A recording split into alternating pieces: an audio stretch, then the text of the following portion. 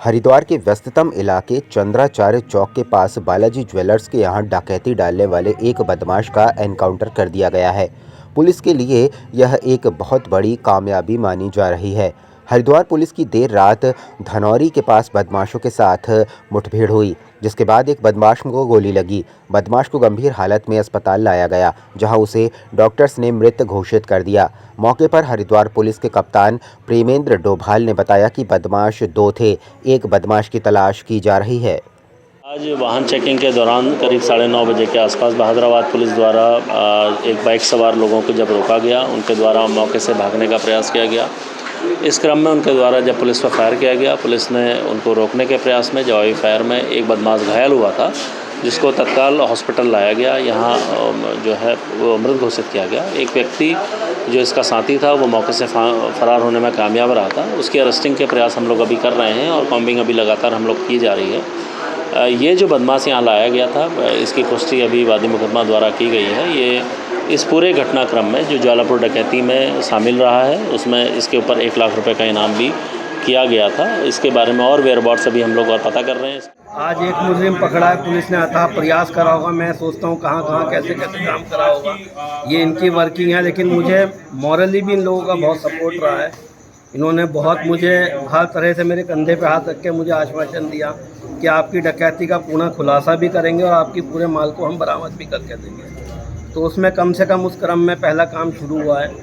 तो मैं उम्मीद यही रखा हूँ कि जल्दी ही बाकी काम पूरा होकर मुझे मेरा पूरा सामान दिलवा दें। कई व्यापारी, राजनीतिक नेता, कांग्रेस भाजपा भी आपके साथ कंधे कंधा जी मिलाकर लगे रहे, उनको क्या कहना चाहेंगे आप? देखिए, जिस समय के हिसाब से मैं तो एक व्यापारी के दृष्टिकोण से कहूँगा, चाहे कोई भी मेरे पास आया, उसने मेरे हित के लिए ही किया होगा जो किया। जिलाधिकारी देहरादून तथा वरिष्ठ पुलिस अधीक्षक देहरादून द्वारा नगर के विभिन्न मार्गों का मोटरसाइकिल से भ्रमण कर यातायात व्यवस्था का जायजा लिया गया। भ्रमण के दौरान डीएम देहरादून तथा एसएसपी देहरादून द्वारा मोटरसाइकिल से भ्रमण कर यातायात के दबाव वाले स्थानों का जायजा लिया। साथ ही यातायात के दबाव के कारणों का तथा दबाव को कम करने के संभावित उपायों पर चर्चा की। मुख्यमंत्री पुष्कर सिंह धामी जम्मू कश्मीर और हरियाणा में पार्टी के लिए चुनावी प्रचार करेंगे। दरअसल भाजपा केंद्रीय संगठन ने मुख्यमंत्री पुष्कर सिंह धामी को स्टार प्रचारकों की सूची में शामिल किया है। भाजपा की ओर से जारी की गई 40 स्टार प्रचारकों की सूची में सीएम धामी को प्रचार की बेहद अहम जिम्मेदारी दी गई है। वहीं पत्रकारों से बातचीत में सीएम पुष्कर सिंह धामी ने कहा है कि भाजपा की भारी बहुमत के साथ जीत होने जा रही है।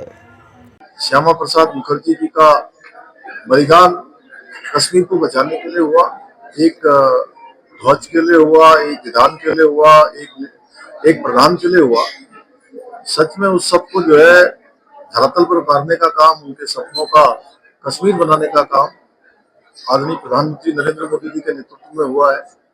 और जम्मू कश्मीर वासियों के लिए एक ये बड़ा अवसर है कि पहली बार इस अवधारणा के तहत एक निशान, एक प्रधान और एक विधान के अंतर्गत पहली बार चुनाव हो रहा है।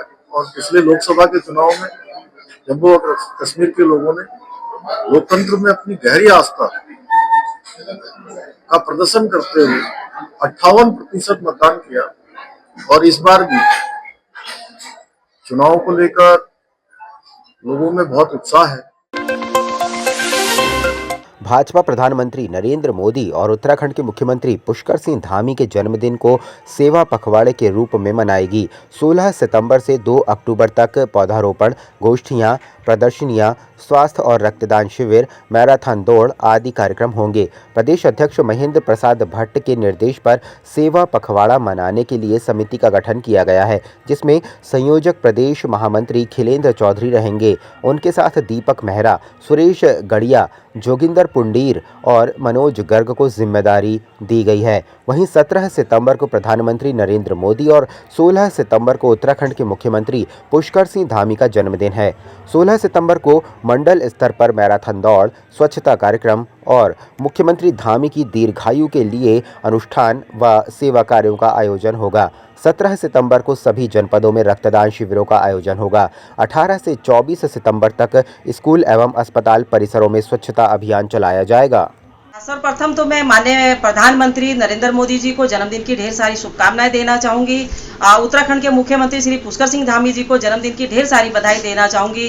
और क्योंकि दोनों का व्यक्तित्व, दोनों ने ऐतिहासिक निर्णय लेने का काम किया है, देश को और प्रदेश को उन्नति की ओर ले जाने का काम किया है।